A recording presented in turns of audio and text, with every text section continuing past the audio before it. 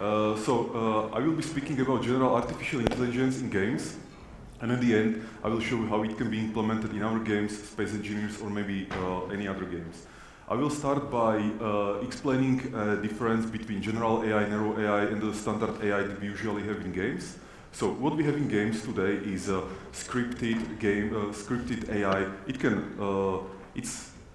It's kind of smart, or sometimes it's smart. It can find some solutions. It can navigate through environment and all these things, but it's not adaptive. That's the biggest difference when compared to to another AI approaches. Then we have narrow AI, which is the standard mainstream machine learning thing. You can know this from like these image recognition things or space recognition and so on. And basically, it's an AI which is focusing on very vertical and specific application, and where the developers or researchers need to program and fine-tune their application for that one very specific thing, and usually it will not work in a different situation, different conditions. It cannot transfer knowledge from one domain to another domain and so on. And then there is general AI, which doesn't exist at this moment, and which doesn't exist in computers. It does exist in humans and, let's say, in animals and other things, but it doesn't exist in computers. And I will be talking about this one, about general AI. So my talk will be about, I will talk a little bit about GoodAI, the company where we are trying to develop general AI. Then I will talk about why we decided to work on general AI and not other things, what is intelligence, how our team works, what are our short-term goals, and what is our roadmap to AGI. And then I will talk about integration between general AI or GoodAI and Brain Simulator and Space Engineers. And then I will talk about some future possible AI games.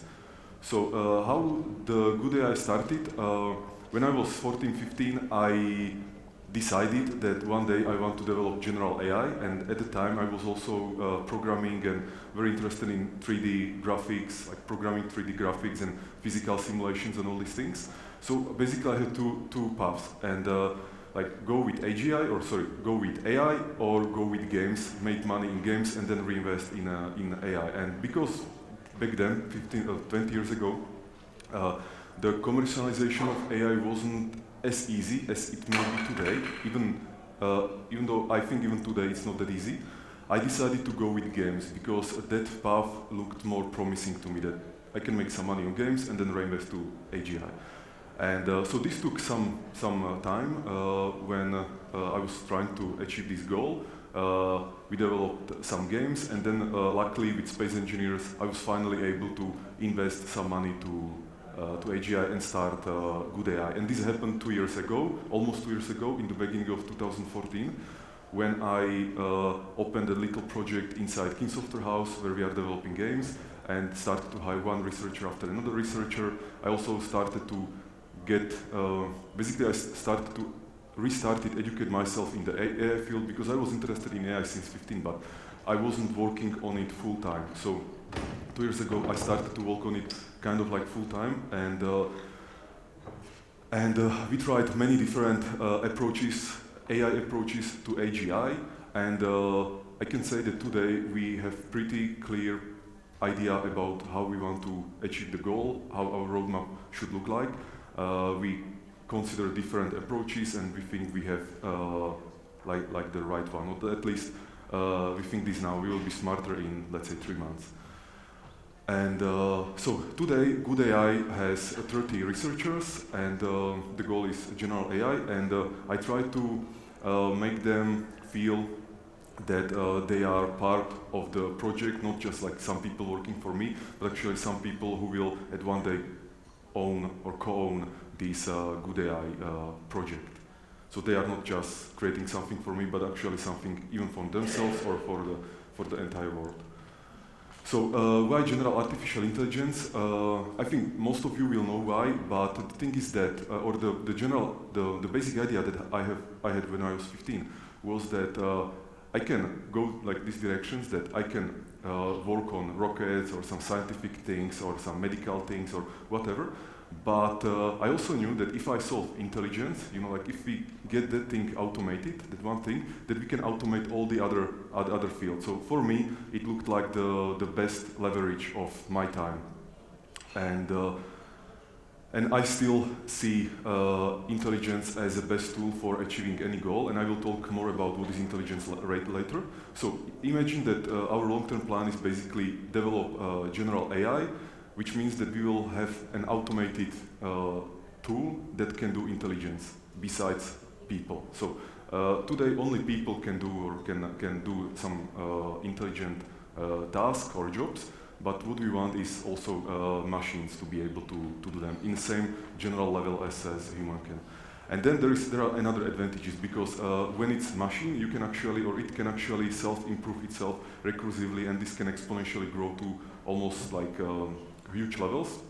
Nothing that we can do with people, or especially maybe we can do this with people, but not in the same growth rate. And so the general goal or the ending goal is basically to have AI scientists, AI engineers, AI programmers, AI other things, and even AI game developers, one day. And so we see this as another step in evolution, where actually the intelligence is overtaking the natural selection way of evolution.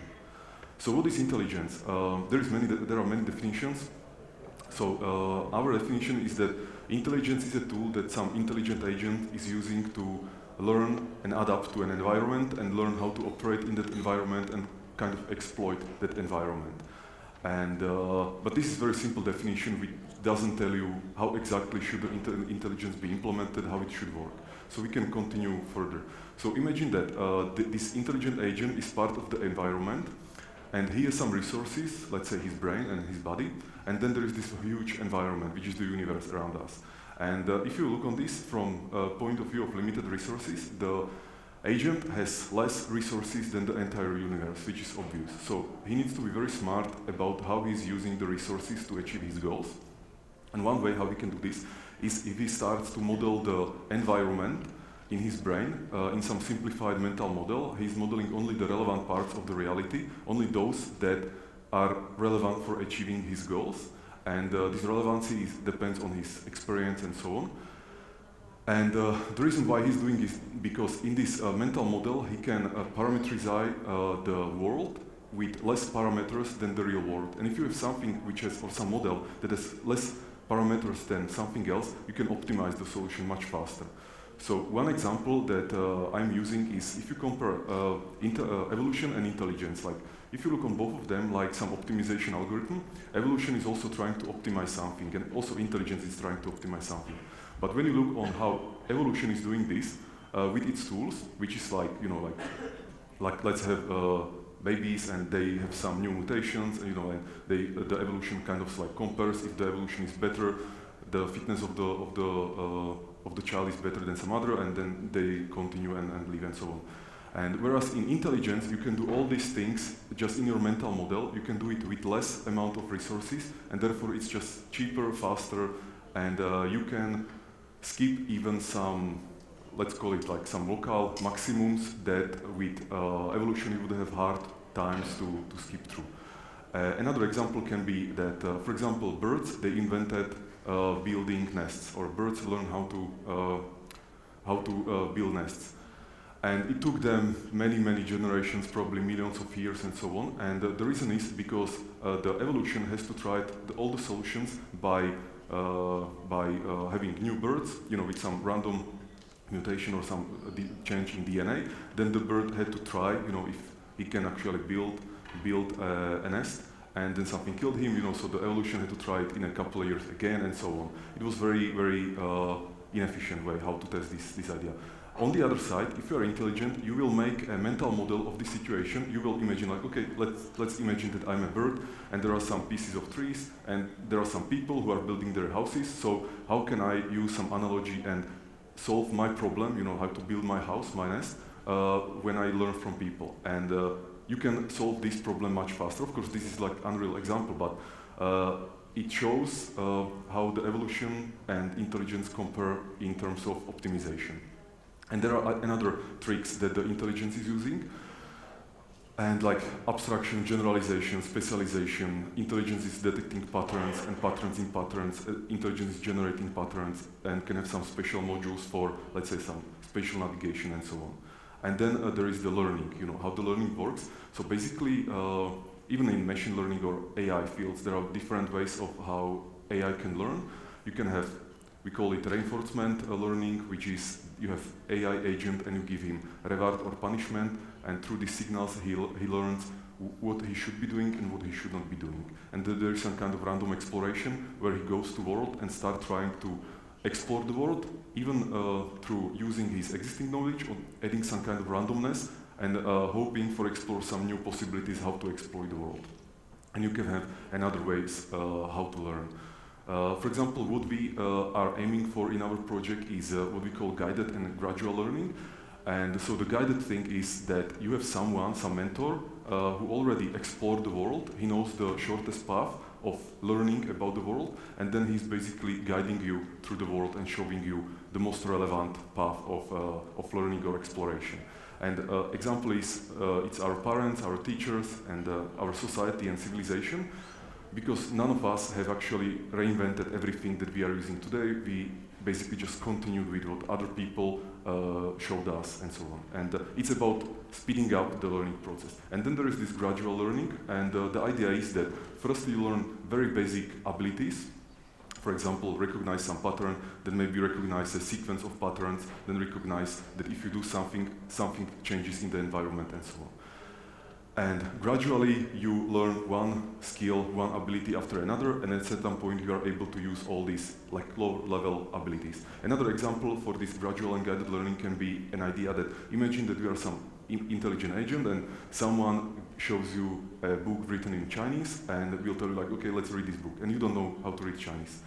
So if you just have to scan through the book and try to understand all these Chinese symbols and patterns and all this, you'd probably not be able to do this. But on the other side, if they will give you a textbook of how to learn Chinese, and you will open the first chapter, it will be written in your language, so you will read like the total absolute basics of Chinese language, you will understand them, then you will go to chapter 2, and you will learn new things about Chinese language, which will be reusing the previous chapter, and then you gradually go like this.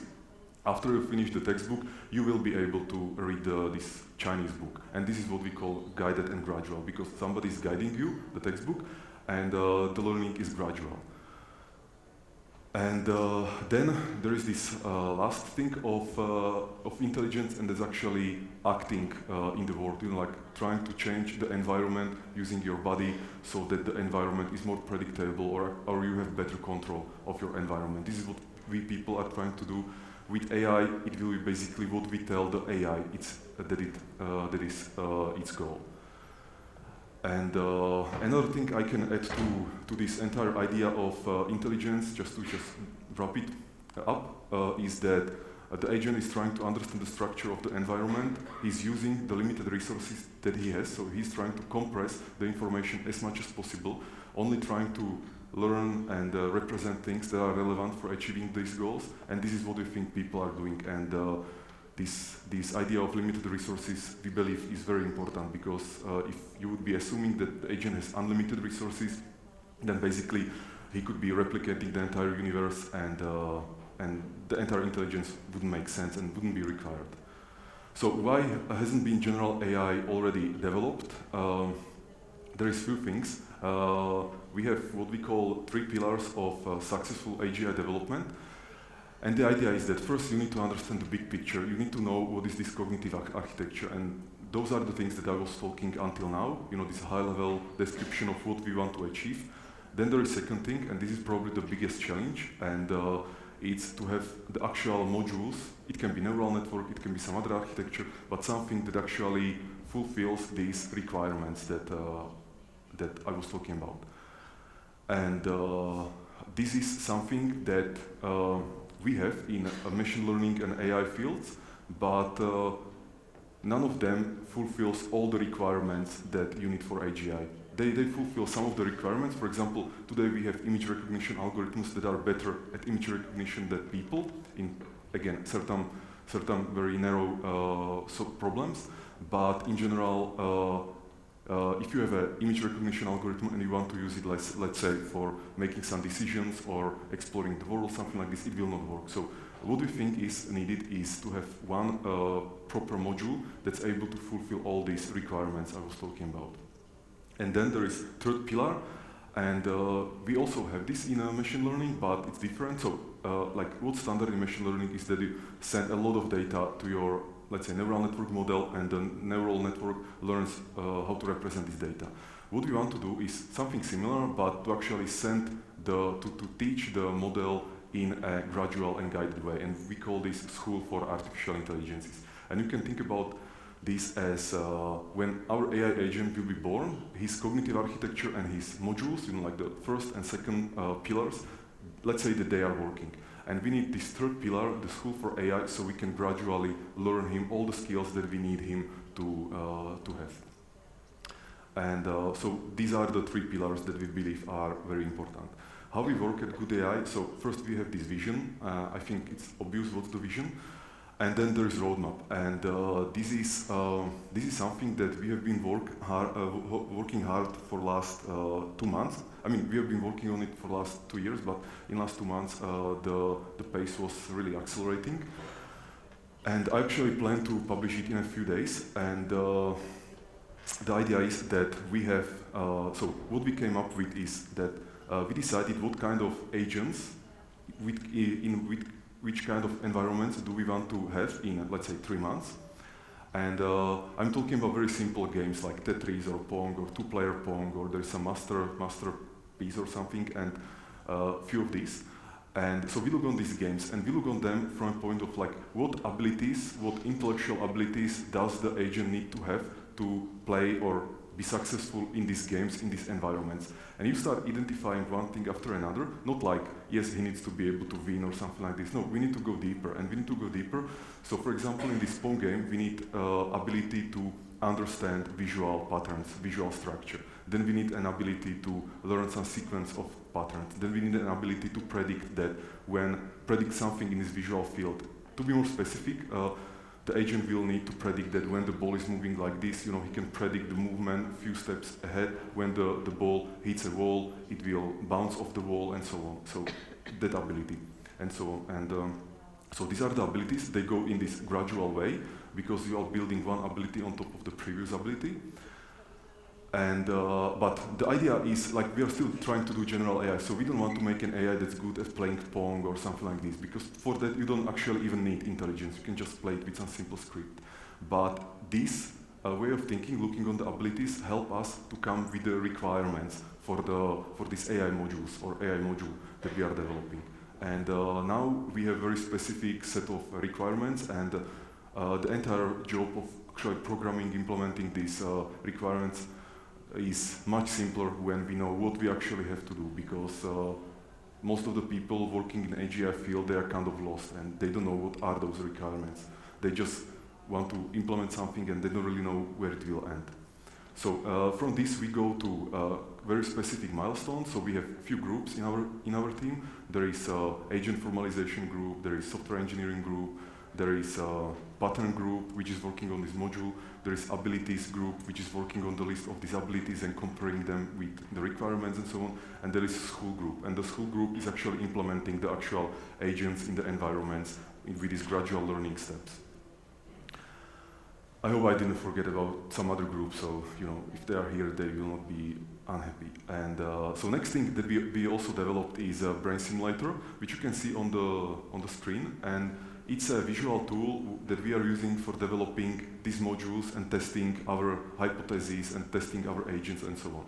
And it's people like this tool because it's intuitive, easy to use, and easy to start with. So it's open source, so anyone can just download it, open some sample project, and see some of our agents. And here I just want to point out that even though if you look on the actual implementations of our existing agents, they don't represent how our AGI will look like in a year or maybe next few months, and so on. So what we have developed until now are some proof of concepts, and they are still developing, and we are coming up with better AIs and better AI. So just be careful about that. So the entire idea about our intelligence is that you have this intelligent agent in an environment, and he's receiving sensor input from the environment, he's influencing the environment by motoric commands, and he's also receiving reward and punishment from the environment. The reward and punishment is very infrequent. So this principle or this framework is also like integrated into Brain Simulator. So some of these nodes that you can see represent, or one of the nodes represent the environment. Then there is different modules that do some perception processing and action selection and so on, and then it goes again to the environment, and the loop is closed. So we also try to cooperate with other AI or AGI researchers. We meet with many well-known AI teams and researchers. And for example, a couple of months ago, we were at AGI conference in Berlin, and we met with many people who are interested in AGI. Then we do this open source thing, and we also want to make it available for many people. And we also step into AI safety field, not just AI development, but also AI safety, because at one day when we will have this general AI, we'll also need to think about, how to make sure that it's not dangerous for people and that it's not dangerous for us. And basically the idea is, what kind of future do we want to build? So something about our finished milestones. Again, there are just some proof of concept. So one is this agent that sees a visual stream from a Pong game, and he needs to understand the patterns, he needs to understand the structure, then he needs to understand what does it mean when he's receiving reward and punishment, and then he's acting in a way that he's getting more reward and less punishment. And he learns this from unstructured data, and there is no preprocessing or no hardwired logic inside. Basically everything he knows is just by interacting and observing the environment. Then there is another milestone. It's again two-dimensional game, but it's like a maze game, some labyrinth, where the agent, when he's first put in the environment, he doesn't know nothing about the environment. He doesn't know the rules of the world, doesn't know state of the world. So he tries to explore, and every new thing that he discovers, he kind of rewards himself. And through this process, he explores the entire environment, and he learns that if he finds a key, he can unlock a door with this key, and then get through the door, and so on. And after many rooms, he will find the final reward. And basically, that's the goal of what he's trying to do. And then there was another module which was focusing on attention in visual processing things. So this is how the breakout looks. This white thing is a visualization of what the agent sees, and all the other things, the graph and the green things, are observers, just visualization that's helping a researcher to see what's happening. This is the maze game world, and on the left side you can see what the agent sees, kind of, and on the right side again you can see a visualization of one of the observers where you can see some kind of learning through the environment. And this is the attention model. And basically the idea is that the agent learns on some pictures, and then you show him some part of another picture, and he will try to regenerate that picture. But it's more like not just copy the picture, but almost like in a rain band the picture. So our short-term goals from this roadmap are we want to have an AI brain or AI agent that's able to learn to play different games at the same time, not like in the same moment, but the agent will learn one game, for example Pong, then we will put him to Tetris. He will learn how to play Tetris without forgetting how to play Pong. Then we will put it in a different game. Again, he will learn this new game without forgetting how to play the previous games, and so on. And there is one more thing, and that's actually knowledge transfer, which means that we will put him to a two-player Pong game, which is similar like one-player Pong game. But there is something slightly different, but there is also a lot of stuff, a lot of structure that he can reuse from the first game. And so he will reuse this thing, which will speed up his learning process. Because if you know something and you can apply the knowledge to a different area, you don't need to reinvent the thing. You can continue with the learning much faster. And this is the gradual learning thing again. Then there is robotics. And our group from Brno is working on this, and basically the idea is that we have few robotic simulators where we have some three-joint hand, and again, the agent is operating the hand. He can control the individual joints. There is some gravity in the world, so when he wants to put up his hand, the gravity is pushing it down. And the goal is to grasp or to reach to some object. So for example, we said grasp this, grasp this, and he learns how to get there, and he's reinforced, he's rewarded for grasping the right things, grasping them as fast as possible, and with the smallest amount of energy as possible. So this is one of them. Then there is pole balancing, which is you have some hand, and there is some pole, and there is some wind, like pushing the wall, the pole from different angles, and the AI agent is trying to balance the pole. And there are things like this. And the reason why we also are doing robotics and not just, let's say, games or something much more computer-oriented or like something virtual is that we want to develop universal intelligence, not just, like game-playing intelligence or something like that, but universal intelligence. So the idea is that it must work in different environments, different bodies, different problems. So we are pushing ourselves to really develop something that's universal and not end up with optimizing some very specific narrow problem. Then we have another agent, we call him Bookworm. We will probably start working on him in 3 months, not right now, but maybe in 3 months. And the idea is that this agent, he's just reading books, and basically that's what he sees, like that's his visual stream. And just like people, he's scanning through word by word. And his motoric commands to the world, the output or the way how he can influence the world, his world, is he can be scrolling through pages and scrolling through the individual words and maybe jumping or something like this. Just imagine like if you were stuck to a bed and can only read things on some monitor and only scroll through things and trying to understand what's written in the books.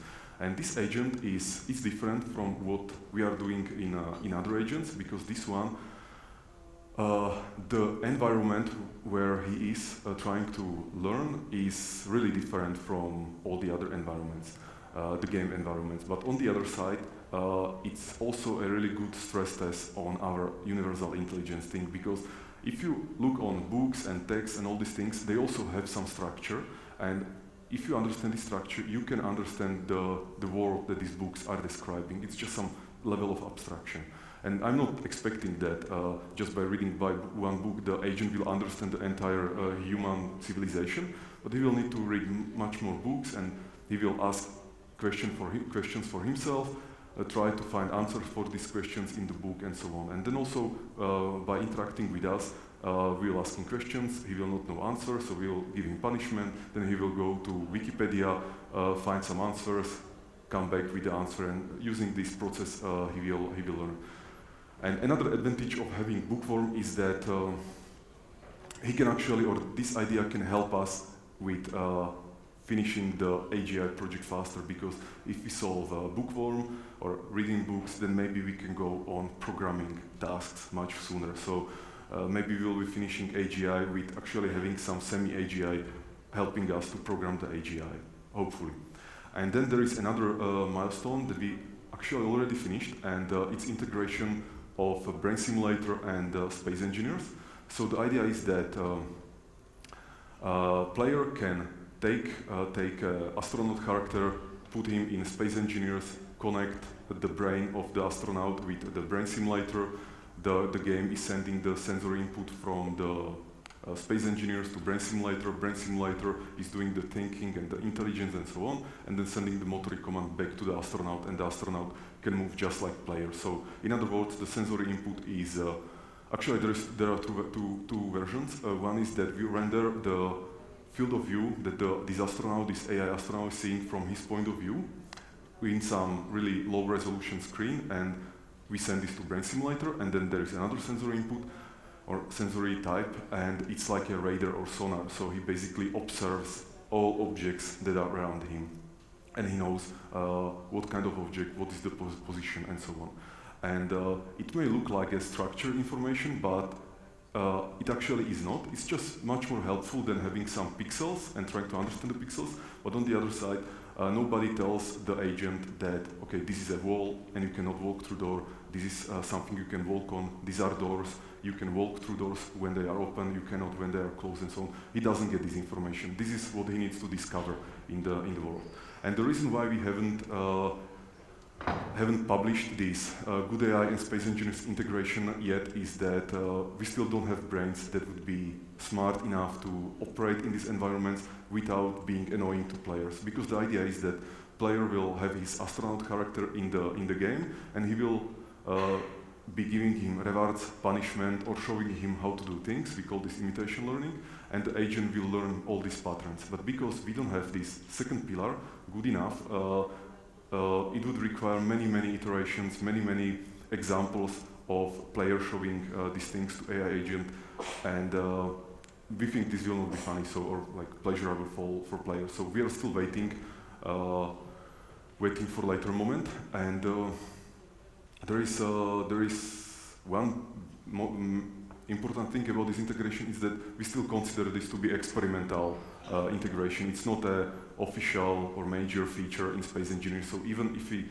release it in the game, it will be like people will have to enable it somewhere in the options. So people really need to realize that this is an experimental thing, and we are putting it there not because it belongs to Space Engineers, but only because we think it's fun to play with this. Now I go to early stages or early commercialization of general AI, and this is one of the biggest disadvantages of general AI. So because we are aiming for this long shot, for some time we'll probably not have anything that's on the same quality as the other machine learning state-of-the-art solutions. So their solutions will be better at image recognition or maybe some mathematical predictions or things like this. And another disadvantage is that when you have an AI that's still kind of dumb and cannot really understand the environment, cannot really make proper and safe decisions, you don't want to put it into something that can be dangerous to people. So for example, if you wanted to just take our general AI thing, put it to some car and expect that the car will drive or learn how to drive and then drive, that would be probably very stupid, because there will be situations where our AI would make wrong assumptions and wrong decisions, and this would lead to somebody getting like hurt or killed. And the same applies for some other applications where it's about money. So if the AI makes wrong decision and somebody will lose money, it will also be a bad thing. So it looks like one of the best areas where you can implement our AI can be games, because when the AI in games makes wrong decision, it's still okay, and people are used to this in games. Like stupid AI in games, it happens all the time. So it will not be a new thing actually, and so games and general AI looks like a good idea for the first early stage. Then there can be something which my colleagues from King Software will not like, but it's game development automation. So you can think about AI that learns how some of the developers are doing their job, even like designing levels, or maybe doing some art, or maybe programming or optimizing code, and then basically trying to emulate this and trying to do it better, faster, and they know what I mean. So then there can be another thing, and it's Q&A or tester automation or desktop work automation. And the idea is that, again, you have some AI that's looking on a tester, or the AI that's observing tester's desktop. So basically the AI sees everything the tester sees. The tester is clicking, doing his work, trying some features in the game and so on. And the AI is learning all these patterns and not just trying to replicate the steps that the tester has done, like really like some stupid script that we just click just exactly how the tester did it, but the AI will try to understand the patterns, why he clicked there, not because it was some pixel XY, but because there is something which looks like a button, and there's probably some reason why he clicked on the button. Maybe it's some sequence of his actions or something like that. Another area that's also interesting to us is this robotics thing, and because people don't realize this, but we have robots that are like this industrial robots that are very good from hardware point, but the intelligence is really lacking. So these industrial robots are doing just some automated, repetitive work, and if something changes in the conditions where the robot is operating, they are not able to adapt and continue, and they actually may be dangerous to people who can be in these factories. This is changing a little bit. In last year or two, there are some industrial robots that are much smarter, and they can change their behavior according to how the situation changes, but it's still not general AI. And then there is completely different field, and maybe some of you have seen this when there was this DARPA challenge in Los Angeles, where these big robots were trying to do some jobs. So what we have seen is that there is really good hardware, but the software is lacking. I don't want to say that like these people don't know how to do the software. It's really good on what's available today. But the thing is that if we increase just that intelligent part of those robots, they will actually be useful from that moment. And in other words, these robots without proper brain basically are not useful, or they cannot do what we all want them to do. So what are the open problems in AGI field? First is the safety thing. So what we try to do is that there are some organizations that are studying this problem and trying to open some discussion about this problem. Probably each of you have heard of Elon Musk or Stephen Hawking. So there are some groups around these people or joined with these people like MIRI, FLI, FHI, and they are really studying this problem, and they don't have solution. The biggest problem probably is this AI control problem, which is like, how do you want to control something that's probably smarter than you are, and so on. One of the solutions is that you need to align your values or the robot's values with your values, and actually preferably make him that he's trying to do things that are good for you or beneficial for you, and not just for himself. So he's not maximizing his future options, but he's actually maximizing your future options. But still, it's not solved problem. But we think that as we will be developing the AI step by step and getting closer, we will know more about the actual implementation and all these things. So we think that these things will get much more clear. But again, it comes to what kind of world do we want to create in 10 years, 20 years, 50 years, who knows. Then there is another problem, and with this that robots will take our jobs, and this is also a real thing. And the biggest problem with these two things are that once we solve them, and once we are like past this point, it's all good because the AGI is doing all these things, and we don't need to work. AGI is helping, but before we get there, there's this transition period, and during this transition period, it may take years or decades, we don't know, but during this transition period, there can be problems like some people losing their jobs. Nobody will want to employ these people because they will rather employ robots or AIs, and these people will be angry, because they will not have money. And so this is also a problem that we will probably get to.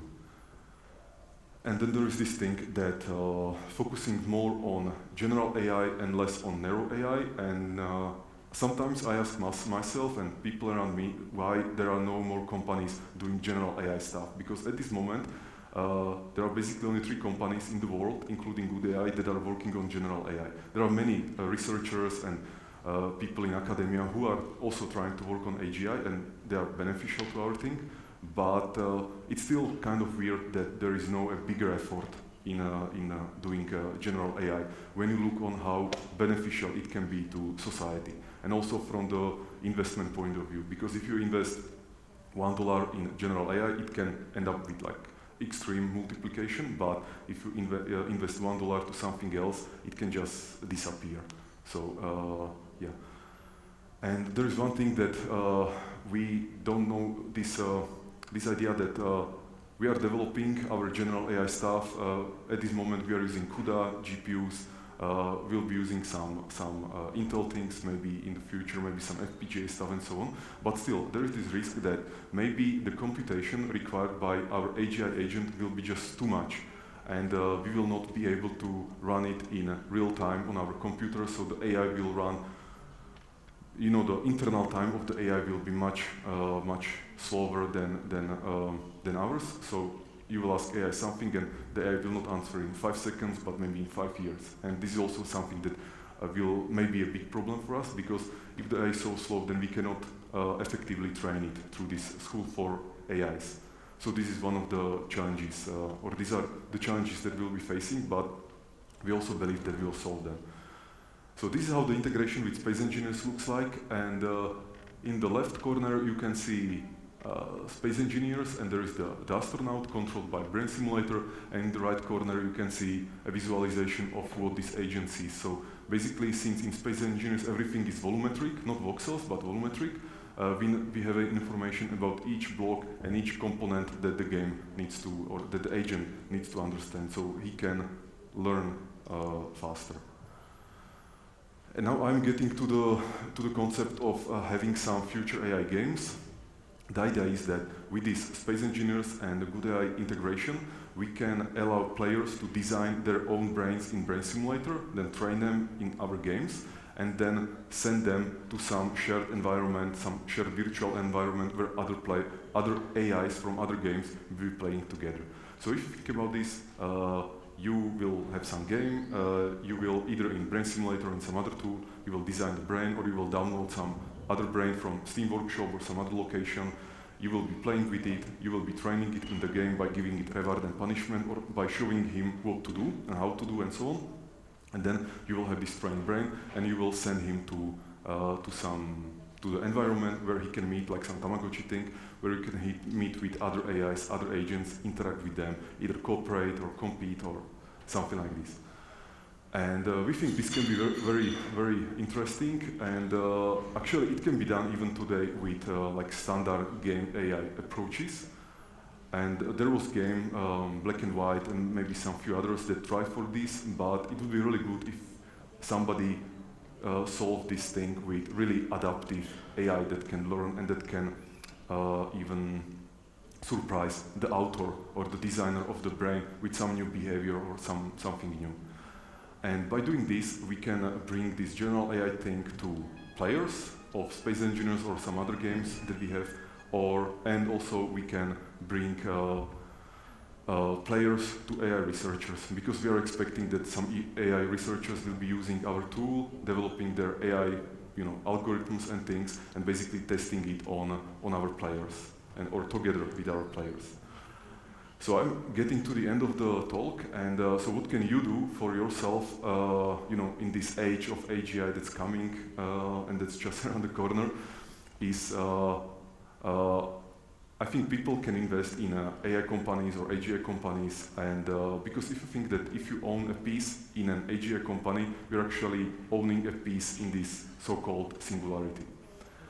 Or you can join our teams, either as a researcher or engineer at GoodAI, or as a game programmer or artist, or any other position that we have at King Software House. Thank you.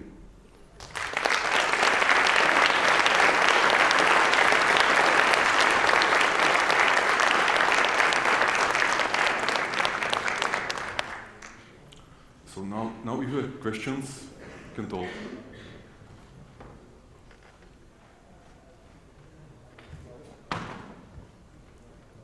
Hello, can you hear me? Yeah. Thanks for the talk. You mentioned that you might be facing computational power problems. Have you thought about using the cloud, or have you already experimented with computing the AI in the cloud? Mm-hmm. Yeah, we have done some experiments in Amazon Cloud, and it's one of the possibilities, of course, how to do this. Like, we can either rent some cloud resources, or we can build our own cloud. It depends what will happen. The thing is that this is one of the options that we will be looking to. Hi, I have one question. Do you think that we will be still alive when the general AI will be finished, like something like finished? Yeah, I think so, because I don't want to be dead before that happens. And I really want to, I don't want to wait until it happens, so we are really pushing this as fast as possible. And I cannot say when the general AI will be available, or when we or some other group will succeed, but I hope that it will be, or like what I personally think is that it can be in 3 years or 30 years, and 3 years I say to show that we really want to push this thing as fast as possible, but I'm also realist, and I know that there will be some obstacles that we just don't see at this moment, and there's probably many of them. So that's why there is this 30 years. But to put this together, I just want us or someone else to do it as fast as possible, and I don't see a reason why it should take 100 years or something like this. I don't think there is. I think we know most of the pieces of this puzzle that we need to put together. We are also good engineers, so we can just program this thing, and yeah, that's it. I don't see any. I don't expect anything like some miracle or something completely from different world that we need to do AGI, like some quantum, quantum intelligent thing or like these ideas. I think everything is just like normal programmer's job. That what we need.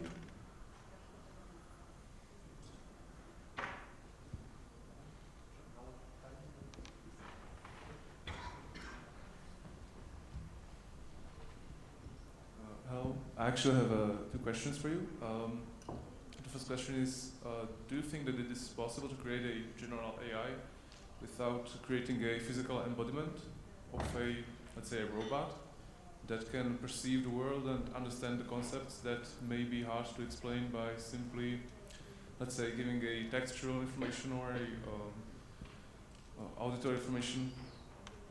Yeah. I think so. And this is why we have this bookworm agent to basically test this concept. And I think having this ability to interact with the real three-dimensional environment and with people is advantage. But I also think that, just imagine that if you're a programmer and you only need to care about the code, on how to optimize the code, and you can read all the information from, like internet and manuals and all these things, then you don't actually need to even know how people look like, or how does it feels to eat something or smell something or touch something and so on. So I think it's not mandatory to have this physical body embodiment.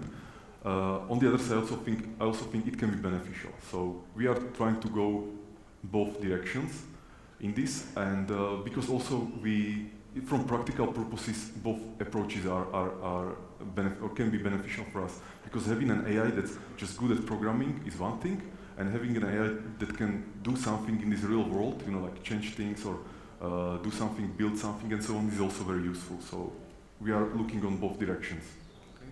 And the second question was, when it comes to the return of an investment, when, for instance, the $1 you have suggested, I don't want to diminish your effort, but there have been a lot of attempts at creating a general artificial intelligence. What do you think is your main advantage among all of the failed competition?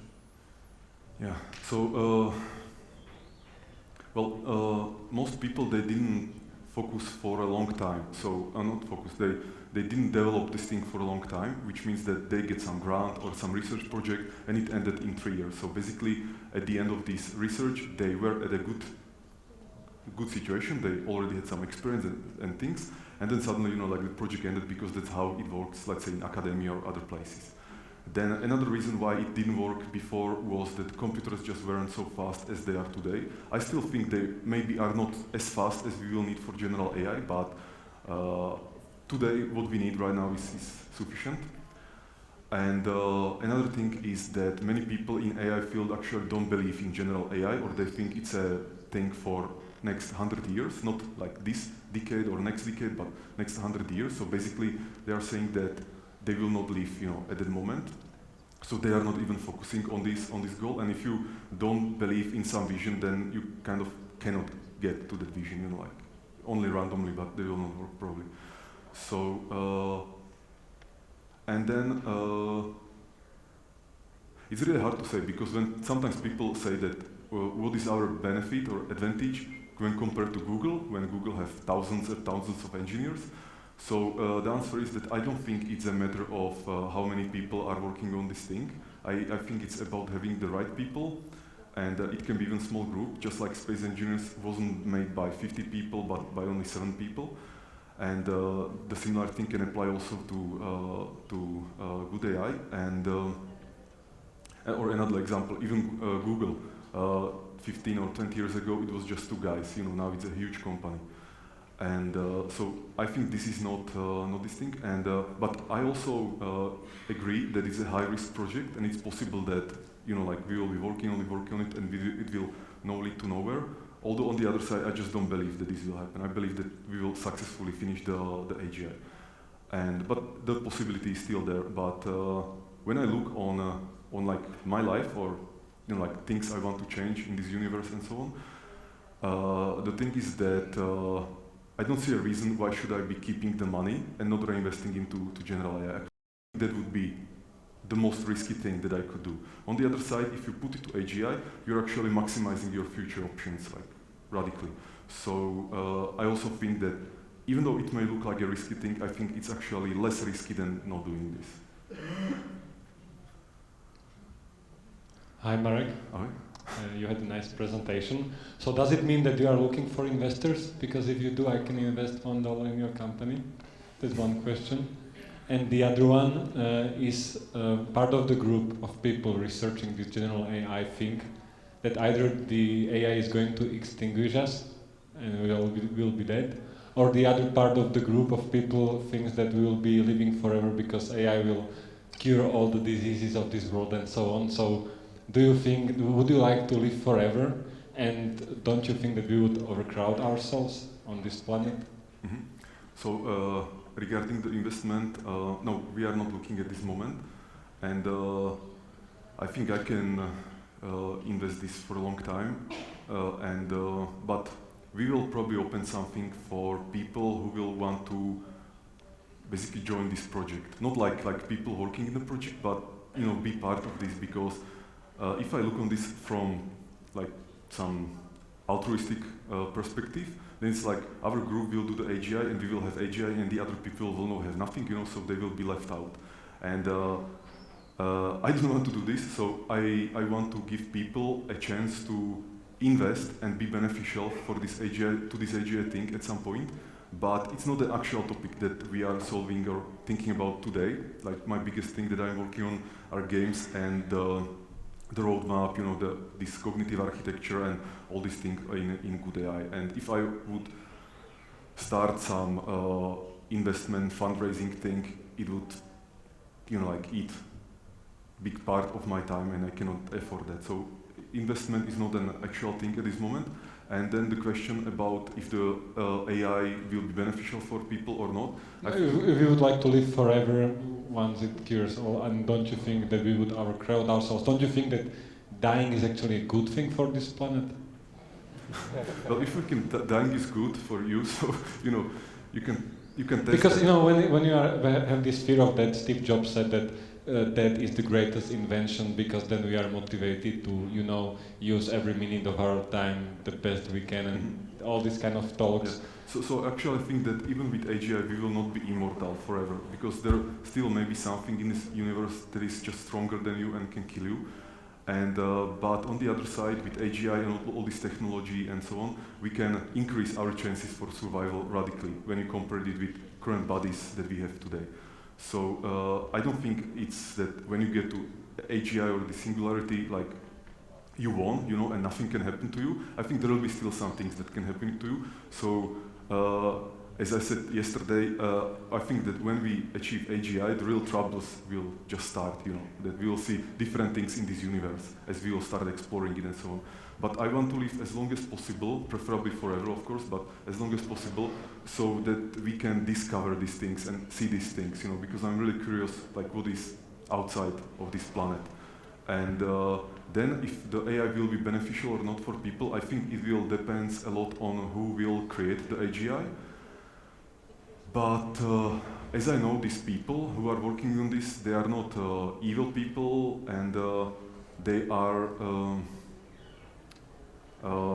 they actually want to do something helpful, for other people. Then there is this other thing that what will be a role of normal people in this future society, and that's a different story, because basically normal people can end up like animals compared to humans today. And animals in forests, they are not economically beneficial to people, I mean, like, they are not producing work for people, there is no economic exchange and so on.